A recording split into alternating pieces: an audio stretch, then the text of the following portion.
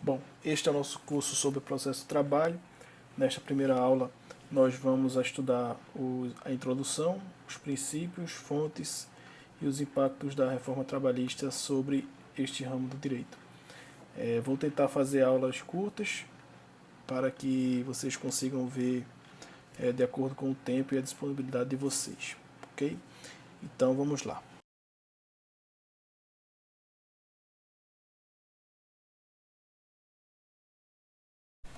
Bom, ao iniciarmos este estudo sobre o processo de trabalho, a gente tem que parar um pouquinho e refletir sobre o que é o processo judicial de uma forma geral. O processo judicial é a ferramenta que o Estado tem para resolver os conflitos que são a ele submetidos. Tem várias formas de resolver conflitos entre pessoas. Tem autocomposição, tem a heterocomposição, e o processo ele é uma forma de resolução de conflitos por heterocomposição, quando as partes envolvidas no conflito chamam um terceiro, que no caso é o Estado, para resolver este problema que atormenta elas. A gente, quando vai estudar processo, a gente tem que ter sempre essa noção de que o processo ele é uma ferramenta. Ele está a serviço do Estado para resolver os conflitos. E esse caráter de ferramenta do processo vai ter várias implicações aí na forma de manusear esta ferramenta. Então o processo ele sempre vai ser um meio, sempre vai ser uma ferramenta para a concretização dos direitos. Nunca o processo deve ser encarado como um fim em si mesmo, algo que se tem, que se estuda apenas por ele próprio. Ele sempre vai ser um meio para se levar a algum lugar. E este lugar que a gente quer chegar por meio do processo é justamente a resolução do conflito. No nosso caso específico aqui, a gente tem um conflito trabalhista, conflito geralmente entre capital e trabalho, e esse conflito ele se resolve via judicial por meio do processo do trabalho. E este vai ser o nosso objeto de estudo aqui nesta disciplina do processo do trabalho. A gente tem que ter sempre em mente que o processo do trabalho, especificamente, ele é uma das formas de concretização dos direitos sociais do trabalho previstos na nossa Constituição Federal e nas legislações trabalhistas, e está a serviço aí da sociedade com mais uma ferramenta para a concretização desses direitos.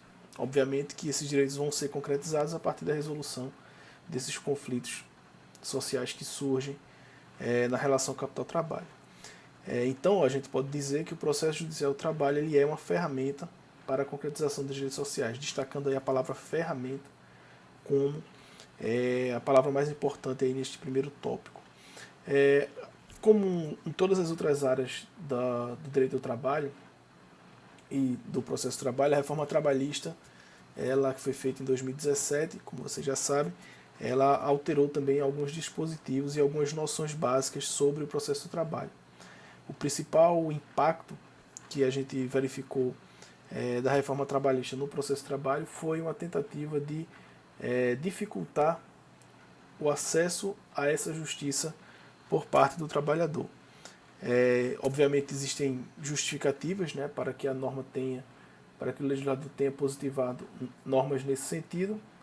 Algumas justificativas econômicas, justificativas pautadas em estudos, né, supostamente quantitativos e qualitativos sobre as demandas que eram apresentadas lá na Justiça, mas o fato é que a reforma trabalhista ela dificultou o acesso à Justiça do Trabalho. O trabalhador agora, quando vai pleitear algum direito junto ao Poder Judiciário do Trabalho, o trabalhador ocorre riscos relacionados à sucumbência, relacionados à condenação em honorários, periciais, custas, enfim, uma série de despesas que antes praticamente não existiam na aplicação do processo do trabalho. Okay? Então, a gente tem que a reforma trabalhista, ela de fato impactou também o processo do trabalho e principalmente nessa questão do acesso à justiça. Quando a gente for tratar desse tópico específico na CLT, a gente vai ver exatamente quais foram essas mudanças, mas saibam que a reforma também teve seus desdobramentos aqui no processo do trabalho.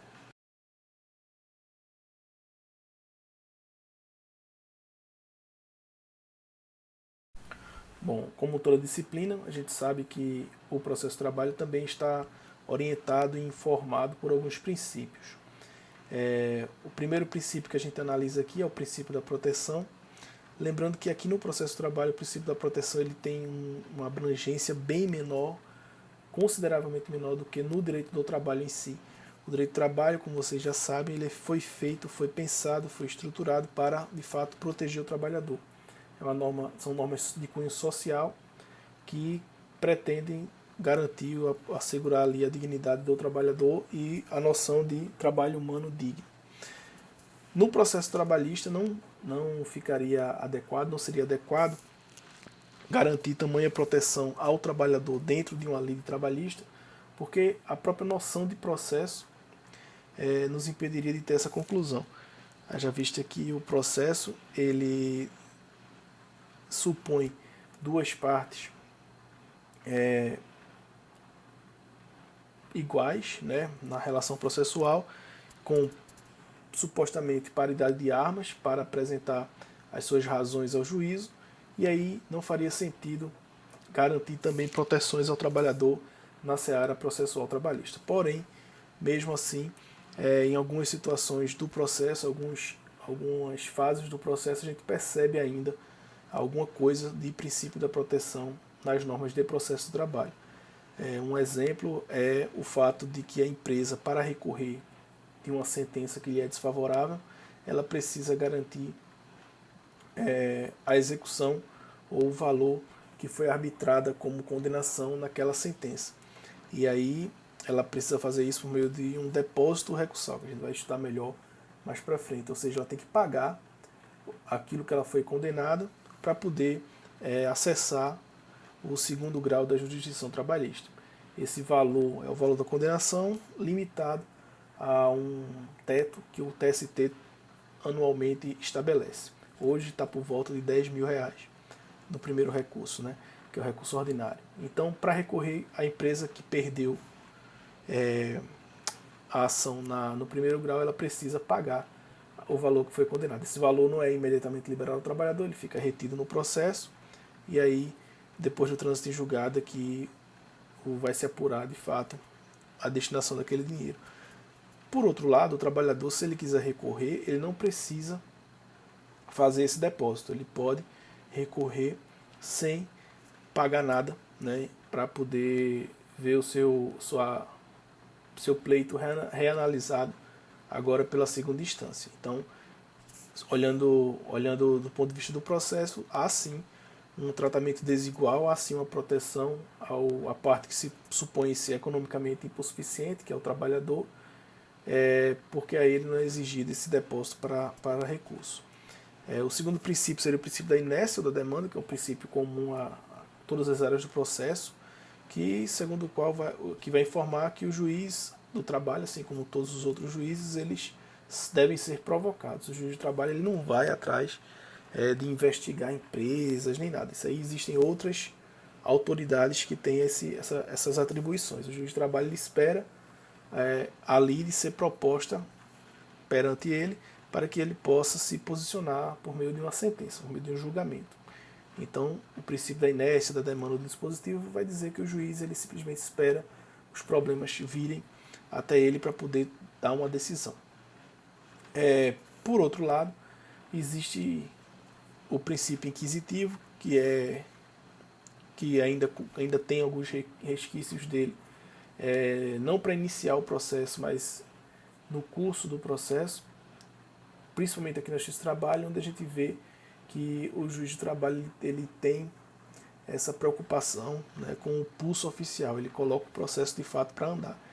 Isso incomoda bastante as empresas, a força econômica, e isso culminou, por exemplo, numa norma do 879 da CLT que exige que nos processos em que o reclamante esteja representado por advogado, o pedido de início da execução para que o juiz do trabalho possa tomar alguma providência executória. Antes não era necessário, ele podia agir de ofício, em homenagem a esse princípio aquisitivo. Hoje a norma CLT reformada já exige. O princípio do jus postulandi, ele é muito relevante na justiça do trabalho e garante as partes atuarem diretamente perante o juízo no curso do processo trabalhista, ou seja, não é necessário a presença de advogado assistindo nenhum reclamante, nenhum reclamado. Isso aí tem, obviamente, o lado positivo, que favorece o acesso à justiça, diminui os custos para o trabalhador, que obviamente ele tem que remunerar, né, o profissional que ele contrata, que é o advogado, diminui também para a empresa, que também tem que remunerar o profissional que ela contrata, que é o advogado, porém, isso pode trazer situações de desequilíbrio ali na questão da paridade das armas, né? O trabalhador, se for pleitear algum direito sem advogado e chega lá, se depara com a empresa devidamente assistida, né, por uma banca de advocacia, ele pode ter aí alguma desvantagem no curso, no manejo desse processo trabalhista. Então é um risco, mas compensação, no final do processo, como normalmente ele não vai precisar pagar aí um pedaço do seu direito para o advogado que ele contratasse, né? O princípio da eventualidade é um princípio também muito importante para todas as áreas do processo, e vai informar que todos os atos que precisam ser praticados têm que ser praticados na primeira oportunidade que a parte tiver para falar. Então, por exemplo, o trabalhador não pode deixar para pleitear algum direito no curso do processo. Todos os direitos que ele quiser pleitear já tem que estarem devidamente listados e elencados na petição inicial. De igual forma, a empresa ela não pode apresentar a sua defesa de forma fracionada. Ela se defende em um momento sobre um determinado assunto e deixa para se defender sobre um outro assunto no momento seguinte. Isso não é possível, né? De acordo com o princípio da eventualidade, tudo que uma das partes tiver para falar tem que ser falado, né, no primeiro momento que for dada essa oportunidade a ela. Tá? Então isso é muito importante porque isso gera a famosa preclusão. A parte ela perde o direito de praticar o ato se ela o fez de forma parcial. Então, o princípio da eventualidade é um princípio extremamente importante, principalmente do ponto de vista prático para a vida do advogado. O princípio da extrapetição vai dizer para a gente que em alguns pedidos, né, sobre alguns pedidos, o juízo ele deve, na verdade, conceder de ofício, como por exemplo a correção das condenações por juros e correção monetária, que inclusive até isso hoje está bem controvertido, já que há ações no STF questionando quais índices que serão aplicados nessa correção monetária das condenações da Justiça do Trabalho, mas é um exemplo de princípio da extrapetição. E se a gente for pensar no processo comum, os próprios honorários advocatícios eles podem de fato ser concedidos pelo juízo, independentemente de pedido prévio das partes. Então seria também um exemplo aí do nosso princípio da extrapetição. O princípio da oralidade é muito importante no processo de trabalho porque ele vai informar que a maioria dos atos do processo eles devem ser praticados de forma oral. O juiz trabalhista na condução do processo ele deve privilegiar essa oralidade, essa prática dos atos de forma oral, para justamente garantir a celeridade, que é uma característica tão importante, tão marcante do processo trabalhista. De igual forma, a gente tem o princípio da concentração dos atos processuais, especialmente na audiência trabalhista, que dentro dela, como a gente vai ver mais para frente, vários atos processuais estão contemplados, são reunidos aí nesse momento específico da audiência. Então a audiência ela vai servir para conciliação, ela vai servir para defesa, ela vai servir para produção de prova, ela vai servir para razões finais, enfim, tudo deve ser resolvido preferencialmente aí na audiência. A conciliação ela é um norte, né, da Justiça do Trabalho, porque esse princípio ele orienta basicamente todas as lides trabalhistas. Tudo na Justiça do Trabalho se tenta resolver por meio do acordo. O acordo ele é bom porque dá previsibilidade, tanto para o trabalhador quanto para a empresa. Ambos sabem quanto vai receber, quando esse dinheiro tem que estar na mão do seu destinatário, e isso dá, principalmente para a empresa, previsibilidade de caixa, né? Caso ela não faça o acordo e opte para saber o que o juiz vai condená-la, quando o juiz condenar e esse texto transitar em julgado, o mandado do juiz vai mandar ela pagar em 48 horas. Imagina você pagar toda uma condenação em 48 horas, é muito pouco tempo, dependendo aí do quanto de dinheiro envolvido nessa condenação. Então, com um acordo, tanto a empresa quanto o trabalhador conseguem ter previsão sobre o que esperar do processo, né? Então, muito importante. E o princípio da irrecorribilidade das decisões interlocutórias, para a gente encerrar, é muito peculiar do processo de trabalho. Como o processo de trabalho ele pretende ser um processo célere, as decisões interlocutórias elas não são recorríveis. Então, se o juiz, por exemplo, conceder em sede liminar uma tutela provisória de urgência para mandar reintegrar o trabalhador antes mesmo da oferta da defesa pela empresa e, obviamente, da sentença, não há recurso contra essa decisão.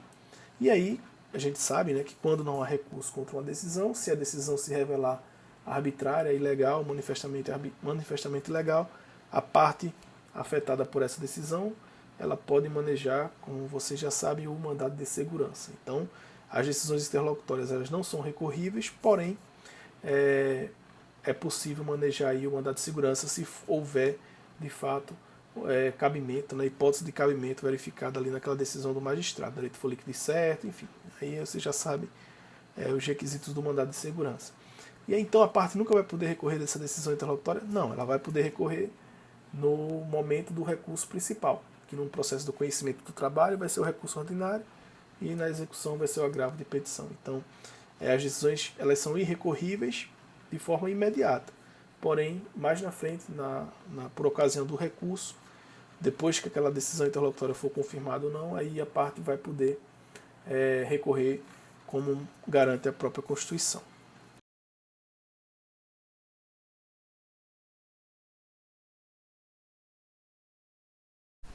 Bom, onde é que está o processo de trabalho? O processo de trabalho está na CLT. Assim como o direito do trabalho está na CLT, o processo de trabalho também está lá na CLT, entre os artigos 643 e 910. Como a gente já sabe, né, quando estudou o direito do trabalho, a CLT é muito difícil de ser estudada porque foi muito alterada aí ao longo dos anos. E tem várias normas bem arcaicas ainda constando lá nos seus diversos artigos. E aí, quando vocês forem analisar esse intervalo de artigos compreendidos do 643 a 910, vocês vão verificar que tem muita norma que não é mais aplicável, não faz nenhum sentido ser aplicável nos dias de hoje. Além desses artigos da CLT, temos a Lei 5.584, a Lei 7.701 e o Decreto-Lei 77969, que tratam aí de temas afetos ao processo do trabalho. Então, onde estudar o processo de trabalho na lei seca são essas aí as referências as referências normativas que a gente tem, ok? Porém, o processo de trabalho ele pretende ser simples. É um dos princípios aí que informam também o processo de trabalho, é o princípio da simplicidade. Tudo lá se resolve de uma forma bem mais simples do que no processo comum. Porque ele, quando foi criado, as relações trabalhistas elas eram também igualmente simples. Com o passar dos anos, tanto as relações trabalhistas quanto as relações processuais decorrentes dessas relações trabalhistas elas se tornaram mais sofisticadas, né, mais complexas.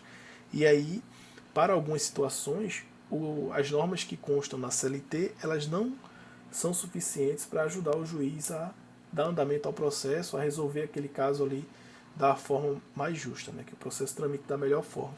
E aí, quando isso acontece, o que a gente faz? A gente se socorre da legislação processual comum, do nosso CPC. O CPC 2015 ele está lá de forma expressa, né, que o processo comum vai ser aplicado de forma supletiva e subsidiária aos outros ramos do processo e também, como está lá, ao processo trabalhista. E aí essa é um dos temas que causam bastante discussão na Justiça do Trabalho, que é justamente em que o CPC vai ser útil e em que ele não vai ser útil, ou seja, quando ele vai ser aplicado e quando ele não vai ser aplicado. Para ajudar os operadores a ter um norte sobre o que aplicar, o que não aplicar do CPC, tanto do ponto de vista dos juízes quanto dos próprios advogados, o TST editou uma instrução normativa, que é a 39 de 2016, explicando, segundo o entendimento dos ministros, né, o que é que se aplica e o que é que não se aplica do processo comum ao processo do trabalho. Essa instrução a gente vai estudando ela ao longo do curso, porque a gente vai pegando ali os artigos que falam de forma específica sobre os diversos institutos processuais. Mas saibam que essa instrução ela existe e que, apesar de não ter caráter vinculativo, né, com relação aos magistrados, ela é bastante utilizada no dia a dia. Né? Muitas vezes os problemas se resolvem com base nessa instrução normativa 39. E por fim, para terminar essa aula, a gente tem que a interpretação das normas de direito processual, assim como as normas de direito material do trabalho, devem ser orientadas pelo artigo 8º da CLT, que foi bastante alterado aí também pela reforma. O que a reforma quis fazer com o artigo 8º, apesar dele permitir que o juiz se socorra de vários outros diplomas legais, inclusive do ordenamento internacional e de outros países, para resolver problemas da área trabalhista, o que o legislador da reforma quis fazer foi diminuir um pouco essa atividade criativa aí do juiz do trabalho, colocando ali algumas amarras interpretativas, tanto para ele quanto para o próprio TST na hora de editar súmulas, né, da sua jurisprudência, com relação à interpretação. Então, o que se preza no processo de trabalho hoje, pelo que está no artigo 8º, seria uma interpretação mais literal das normas trabalhistas, ceifando um pouco, aí, limitando um pouco a atividade criativa dos magistrados. Ok? Então essa foi a nossa primeira aula. Próxima aula a gente volta com o segundo tema, que é a organização da Justiça do Trabalho.